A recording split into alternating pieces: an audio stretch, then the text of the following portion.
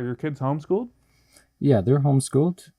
We've always done this. We really strongly believe in homeschooling. Um, I went to public school growing up all the way up until 10th grade. And then that was the point at which I went up to Alaska to finish high school. But my wife was homeschooled always. She was from the earliest years. And with her experience, and actually both of our experiences, I knew what public school was like. I mean, she had a sense of course, what it's like too. And so both of us were already of the mind that our children would be taking care of them much better by homeschooling them. So we just made that an unconditional thing. I think the number of homeschoolers in our parish has really grown too. Mm-hmm. Because I'm a real advocate of homeschool. I've always found the experience with those families who homeschool their kids, they do better academically and socially. Yeah. Other people kind of raise their eyebrows. Well, what do you mean? They're just better. Mm-hmm. They test out higher, and they're more social. Mm-hmm. And they can interact on a much different level. Right. Yeah. So. Yeah. And as we've talked about, our goal is to have a full school program here mm-hmm. at some point. Mm-hmm. I think it's critical to get them as quickly as we can out of public schools. Yes. The things that are being taught and the kinds of pressures that are put on are just not good. Right. Mm-hmm. So do you have any advice for parents who might be exploring possibly homeschooling their kids, what they might need to look out for, things they could, helpful tips or anything you might add? Yeah, sure.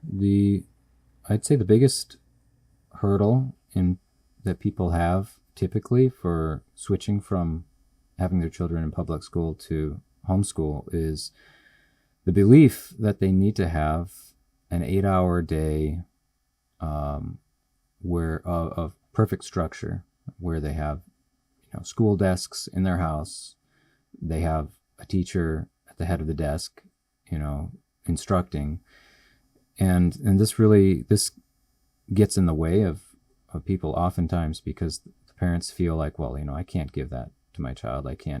And moreover, I'm a bad teacher. I don't know, maybe I only understand half of the materials myself, of the stuff that I think I'm supposed to be teaching them, or of course, if it's people that are well educated, then it's just they think they don't have the time, and of course, sometimes they don't, because they do prioritize making money, over education for their children. But, so what I would say to that, though, is that you don't need as much structure as people typically believe you do, as in the way that public schools are set up. Children naturally want to learn, and they have a lot of self-drive if they're not being moved around like cattle in public school. Because in public school, they don't have freedom to learn things that are of particular interest to them. They are guided to learn exactly, this way, learn this subject at this time, and this subject at this time. And, this is not an Orthodox approach. There's a lot more to say about that, but maybe in a different video. Yeah. So a little bit along those lines, people obviously more so are looking at homeschooling now, and similarly, people are more so looking at coming to the Orthodox Church. Do you have any advice for people exploring the Orthodox Church and kind of finding orthodoxy for the first time? I might say something about that. I think that when people inquire about the church, either they send a text message or a phone call, not usually a phone call, typically a text message or an email, and they ask about coming and what they should expect. And that's the best thing, is for them just to come and experience it, because we don't push orthodoxy on anybody. People have to want to be here. And I think once they come, they have an opportunity to see. And at first it might be a little bit overwhelming, certainly when you come from any other church. Our services are very foreign to them. but to come and see first and have that first experience. From a historic standpoint, this is the original church. Where they can have that experience anywhere else? Certainly not in any of these mega churches that are, entertaining you for an hour on a Sunday morning or whatever. I mean, just how it is, but. That's right. Right. Yeah, I agree. What I encourage people to do is not to get caught up in trying to find out as much as they can, just book learning wise, but just like you're saying, just come to the services and experience what Orthodox worship is like. Because I mean, this is a key component of what Orthodoxy is. And then, of course, over time, learning about the history more, learning about theology, all the different subjects that you can learn in regards to the church can all come down the road. I don't know if I mentioned in one of our podcasts about the young fellow who was serving here in the parish early on, and he was a nurse, and he had this desire to be ordained, and really thought that he was going to be ordained. And he says that he was promised this actually by people before I came, that this would happen. And of course, those people whom he says promised him had no position to even make such an offer, nor was he ever educated for that. He was continuously bothering me about, getting ordained, at least a deacon, and then moving on. And I always said, you have to do these classes, you have to prepare yourself. And finally one day he was pushing, I said to him, can I have the number of your supervisor? And he says, well, why? I said, well, she's a nurse, right? Well, yeah, she's head of the unit where I work. I said, I just want to call her and tell her that I'm ready to start work. And he looked at me and says, well, you don't have any education as a nurse, do you? I said, no. He never bothered me again with that silliness. Of course, he went off and his whole life turned upside down, but we get that problem sometimes with, people thinking now the culmination of everything is ordination. It's not. Learning the services take a long time, and we keep practicing. Even, as long as you've got breath, you're still practicing to learn more about the church. So I think all of those things are critical. Your words are wise. Take it easy. You're not going to learn everything right away, and don't get frustrated. So I think that again comes from our philosophy of moving along a little more quickly, so they're part of the church and they really feel like they're in the church. But that's a call that's been made, and it's a good call, I think. What I often suggest to people is to be conscientious in general about what they're looking at, what they're listening to, and conscientious about their thoughts and paying attention to the thoughts that come to them. Oftentimes we're really just kind of on a train ride, in our minds. We're not, and we're going too fast because of our minds being distracted by, videos, distracted by music, and then our thoughts. And all of these things just go by very fast. And I think it's really important for us, in order to get through modern life the way that this fast-moving train, we need to slow down. And the way to do that is to stop the inputs, the visual input, the audio input, and start paying attention to our own thoughts, and consider, should I try praying right now instead, of this thought? Pray for the person that I have this grudge against right now. I'm feeling angry at this person, and instead say a prayer. Do you have any words for those who might be struggling with doubt, sin, or disconnection from the church in day-to-day life? Well, when we struggle with these things, with whether it's doubts or anxieties, we're always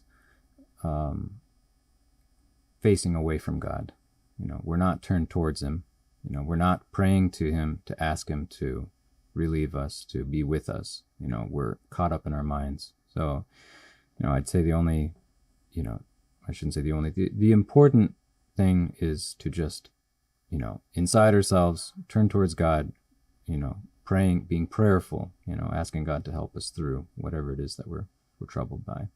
And God will always listen to us. He will always hear us. But, we have to, in our hearts, turn towards him, not just in our heads, not just say, maybe a quick prayer without really meaning it. We need to mean it.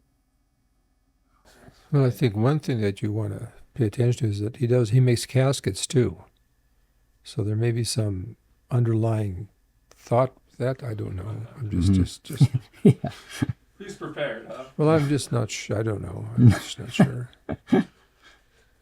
So in short, do you have any hopes for the parish here in Vegas? And are there any goals that you've kind of set for yourself to, hit during your time here? Mm-hmm. Well, I have a vision of our catechism getting, stronger and stronger over time. I think, every parish should have, be really strong in this direction of teaching both people that are interested in Orthodoxy, but also just our own parishioners, So my hope is to, over time, be able to offer more classes. We do, besides the catechism classes, but offer classes on other, on things that are not just for that preparation phase, but just extra classes that can, help people in their lives. Besides that, just generally improving everything we can. We, like Vladyka mentioned, we want, where our hope is to have a school teaching in an Orthodox way. So our hope is to have that. Our hope is to build, a bigger temple. Our hope is to have an ever improving choir. Everything. Our hope is for everything to improve. And the senior center. And the senior center, right? A place where the seniors can have a place close to the church, and even like retired priests and their matushki too. Mm-hmm. Yeah. Mm-hmm. Yeah. What are some of the recent subjects you've covered in those classes, just so they can get an idea? Mm-hmm. Well, we've just been going over the sacraments, so we've been talking about each of the sacraments, what they are, what the purpose of them are. We had a class about who God is, talking about the persons of the Trinity. We went into detail about God. We talked about faith, hope, and love, those subjects, and we'll be talking more about repentance, and a number of other things, but that's to give an idea. Mm-hmm. I think people need to recognize whether they're really Orthodox or they're really oinos. And I like that term, because an Orthodox in name only, it has to be more than that to live the faith. That's one of the key elements, I think, for a good parish, of course, is an education program from the youngest to the oldest.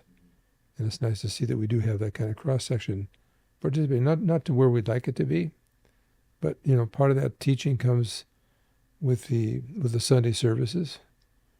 And thank God we have good numbers for that. And as that increases again with a new temple, we can do more with that. So, ongoing project here is, of course, to build more as God blesses. And if not, we take care of what we have. So. I think a lot of us were discouraged from having kids or starting families younger. So I was wondering if you could speak to your experience on that, and maybe advising younger men. Yeah. It's a very big step in a man's life to take on marriage. This is really a very serious point in maturity when a man takes a woman to be his wife, with the intention of building a family and with the intention of it being sanctified. There's nothing extraordinary about taking a spouse, just for the fun of it, for the fun aspect, just what would be, typically a worldly marriage. But when you seek to find a spouse who, with the purpose of having someone to help you get close to God, help you to have, be able to raise children who will be pleasing to God in their lives, then this is a great feat. So I definitely encourage everyone who has that inclination to have a family to look in that direction of getting married. There's really, if you have the right disposition, that disposition of pleasing God and striving to be a man or a woman, then there's really no reason to wait in general. It's kind of interesting. I was counting, we have 6 couples in our church that are dating right now. 5 of those couples are all members of our parish. The 6th one is one of our young men who's dating, I just found out this weekend, is dating a Serbian girl who's also Orthodox. So it's really kind of amazing because I've never had such numbers like that ever in any parish I've been in. Mm-hmm. So that's kind of positive. Yes. The other thing is that we have to be careful too that, people start wandering around looking, thinking they're going to find their spouse in the church. That's not why you come to church. That'll come as God provides, but it's not a dating service. Mm-hmm. So people have to just be calm. Mm-hmm. Yeah, it's important to come to the church trying to get closer to God, and then God will provide for you. Yeah. That's the point. Yeah. For your journey to Him. Mm-hmm. Exactly. Mm-hmm. I think on that note we can close, and it seems that we're kind of like a team on this now. I've lost my first spot, so sharing it, but that's how I am. Share everything. So I don't mind. I can give up my spot actually. yeah. I know you'd like to. Yeah. It's not gonna happen. Yeah.